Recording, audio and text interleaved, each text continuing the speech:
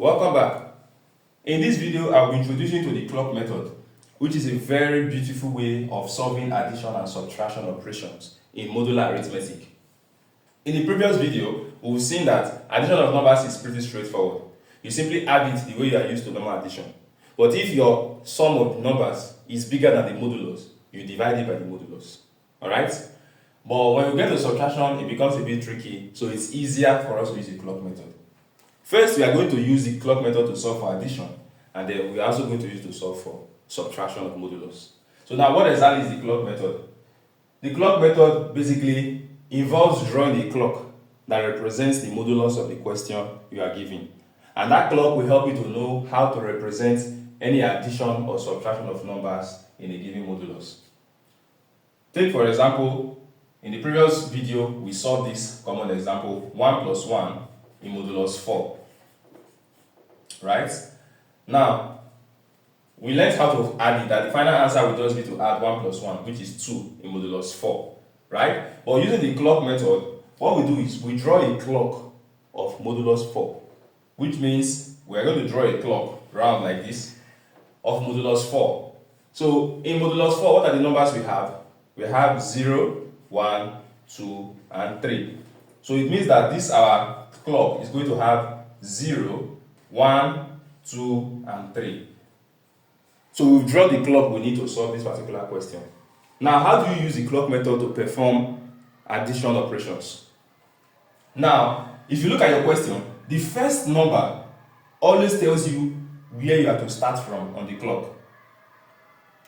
The sign tells you if you are moving clockwise or anti-clockwise. And the last number tells you how many steps you should move in that direction. Alright? So from this question, we can see they are telling us to start from the starting point of 1. This is 1. And then this sign tells us whether to move clockwise or anti-clockwise. As it is a positive sign, we are going to move clockwise. Clockwise, which is the normal direction we are used to seeing a clock move. You know, you see a clock moving this way. It turns around like this. Alright? Goes in this direction. That is clockwise. So that is the same direction we are going to move because it's a positive sign. Alright? So we are going to start from 1, as the question says. We are going to move clockwise because it's a plus sign. And we are going to move 1 step. So from 1, if I move in this direction, 1 step, where is the next number I get to? 2. So you see that our answer is really 2 in modulus 4. So it's that simple. Alright? The clock method makes it that easy. Now, what if you have to use the same clock method to solve 2 plus 1 in this same modulus 4? Remember, the first digit always tells you where to start from. The sign tells you how to move, what direction to move. And this third digit, the second digit rather, tells you how many steps you have to take. So this question is telling us, start from position 2 on the clock, move clockwise 1 step. That's the meaning. So we are going to start from position 2, move clockwise 1 step. So if I start from here and I move clockwise 1 step, the next number I get to is 3. So it means that the final answer for this will be 3 in modulus 4. It's that simple. So what about if I have something like 3 plus 1? It's the same idea in this same modulus 4. It means I'm going to start from 3, move clockwise 1 step. Alright? So it's that easy. So from 3, if you move clockwise 1 step, you get to 0. So the answer will be what? 0 in modulus 4. So that is how to use the clock to solve addition operations. What about if the clock is not in modulus 4? Let's look at another set of questions that involve another modulus and we have to add numbers in another modulus.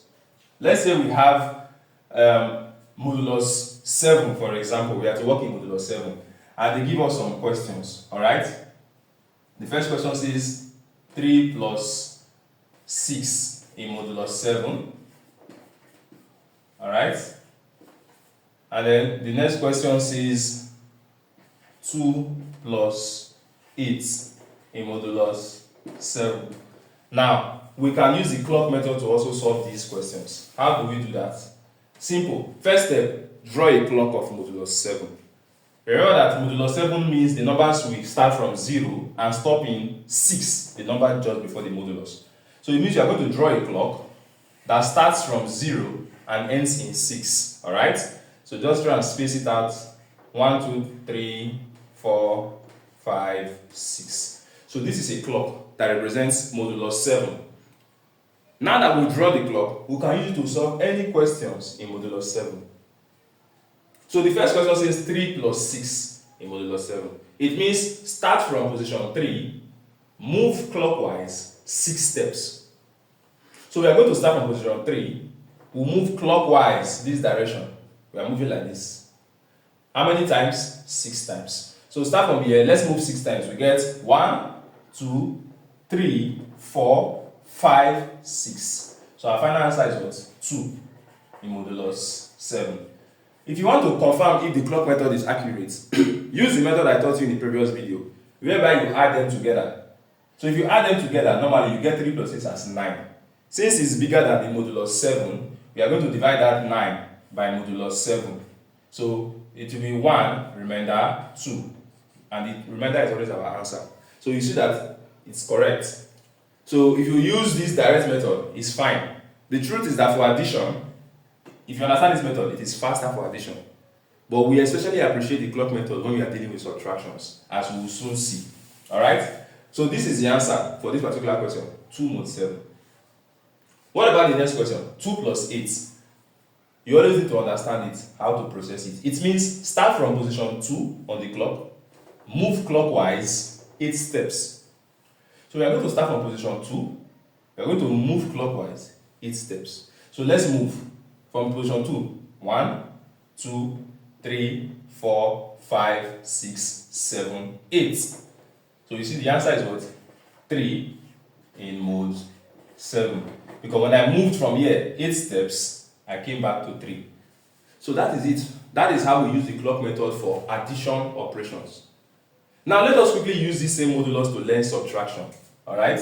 So let me just make some edits to this question and let's move on to subtraction. This is one of the areas in which we really appreciate clock method because it makes our subtraction easier. So let's say for example the first question now is 3 minus 6. The steps are going to remain the same, but what has changed is the sign. So instead of moving clockwise, we will now move anti-clockwise. We are going to be moving backwards because it's now a minus. So what this question simply means is for subtraction is that we are going to start from position 3, move backward 6 times. And that is all. So we start from position 3, let's move back 6 times. This is 1, 2, 3, 4, 5, 6. That gives us 4 in modulus 7. Alright? And that's the final answer. What about the next question? 2 minus 8 means start from position 2, move backwards because it's a minus 8 times. So that is what? Starting from here, let's move back 8 times. 1, 2, 3, 4, 5, 6, 7, 8.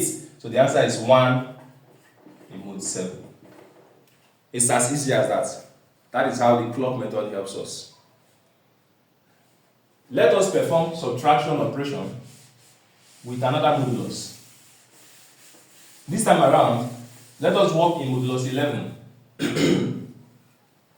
So let's say we have some questions. For example, we are told to subtract 8 minus 10 in mod 11, and we are also told to subtract 2 minus 6 in mod 11. The steps remain the same. Step 1. Draw your clock of modulus 11. Since it is modulus 11, the clock is going to start from 0 and end in 10. It always ends in the number just before the modulus. That is modular arithmetic. So we are going to draw a clock that starts from 0 and ends in 10, the number before modulus 11, before 11. So 0, 1, 2, 3, 4, 5, 6, 7, 8, 9, 10. After drawing this, we can use this clock to solve any addition and subtraction operations in modulus 11. So 8 minus 10 How do you interpret that? You start from 8, you move backward 10 times. So this is position 8. Remember, this is moving forward clockwise, while this is moving backward. Alright? So let's move back 10 times. We get 1, 2, 3, 4, 5, 6, 7, 8, 9, 10. Alright? So after moving backward 10 times, we get 9 in modulus 11. You see why clock method is needed for subtraction. If it was subtraction, I personally do not know what we would have done. Are we going to do 8 minus 10 minus 2? That would have been a bit difficult. Alright? So this is just the point. Alright? So 8 minus 10 is 9 in modulus 11. Alright? What about 2 minus 6? 2 minus 6 means start from 2 and then move backwards 6 times. So let us start from 2 and move back 6 times. That's 1, 2, 3, 4, 5, 6. Alright? So that gives us 7 in modulus 11. So that is simply how to perform subtraction operations using the clock method. It is not impossible for us to actually solve with normal direct solving. If we are to solve this directly, it will be without using clock method. We'll have 8 minus 10.